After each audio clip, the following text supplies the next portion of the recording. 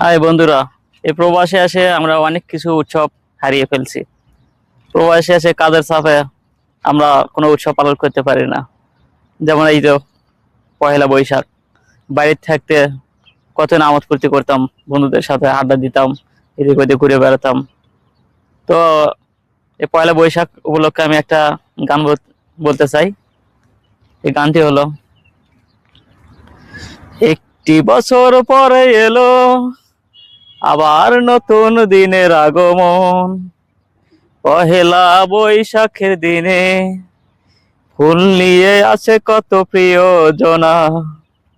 আমার প্রিয়জন কই, সে আসবে বলে তাই আজও আমি ফুল নিয়ে দাঁড়িয়ে রই।